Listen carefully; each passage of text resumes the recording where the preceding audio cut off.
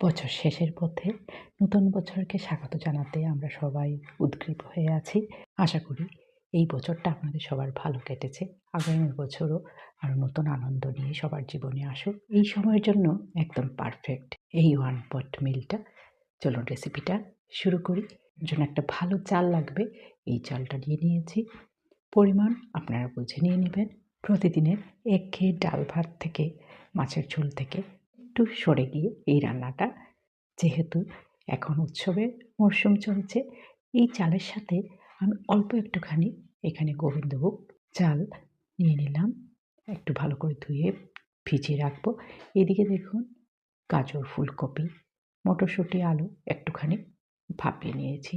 যাতে প্রেশার কুকারে দেওয়া যেত, আমি অল্প ভাপিয়ে নিলাম। কড়াইতে ঘি আর গোটা গরম মশলা নিয়ে নিয়েছি। অল্পখানি থেতো করে এর মধ্যে অল্প একটুখানি সাদা তেলও দিয়েছি। আর বেশ খানিকটা কাজু দিলাম, আদা গ্রেট করা, কাঁচা লঙ্কা, পেঁয়াজ, টমেটো সব একসাথে নিয়ে নিয়েছি পরিমাণ মতো। 2-3টা তেজপাতা দিয়ে পেঁয়াজ, টমেটো সব একসাথে দিয়ে নেড়ে চেড়ে নিচ্ছি। স্বাদ মতো নুন, হলুদ গুঁড়ো দিয়ে খুব ভালো করে নেড়ে চেড়ে নিলাম। চিনি অল্প দিয়েছি। বেশ খানিকটা আমি কিন্তু এটা মিট মশলাটা যেটা আমি রান্নাতে ব্যবহার করি সেটাই দিয়েছি। এইবার সবজিগুলা দিয়ে দিলাম। এই রান্নাটা আমার রান্নাঘরে অনেক বছর ধরে চলছে। পনিরও দিয়ে দিলাম। এইবার চালটা দিয়ে দিব। অনেক সময় আশেপাশে কোথাও ঘুরতে যেতে হলে, কি কোনো গেট টুগেদারে, কি ছোটোখাটো ফ্যামিলি পিকনিকে প্যাক করে নেওয়া যেতে পারে। একদম এর সাথে আর কোনো কিছুর প্রয়োজন হবে না। পরিমাণ মতো জল দিয়ে দিয়েছি। এবার ঢাকনাটা লাগিয়ে দিলাম কুকারে, একটা হুইসেল দিয়ে ব্যাস নামিয়ে নিলাম।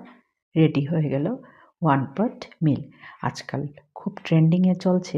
আমার সাথে ওনার পরিচয় অনেক বছরের। আমরা যখন কোথাও যাই তখন সাথে করে এটা নিয়ে যাই। আজকের ভিডিওটা কেমন লাগলো অবশ্যই কমেন্ট করে জানাবেন। সবাই খুব খুব ভালো থাকবেন, সুস্থ থাকবেন।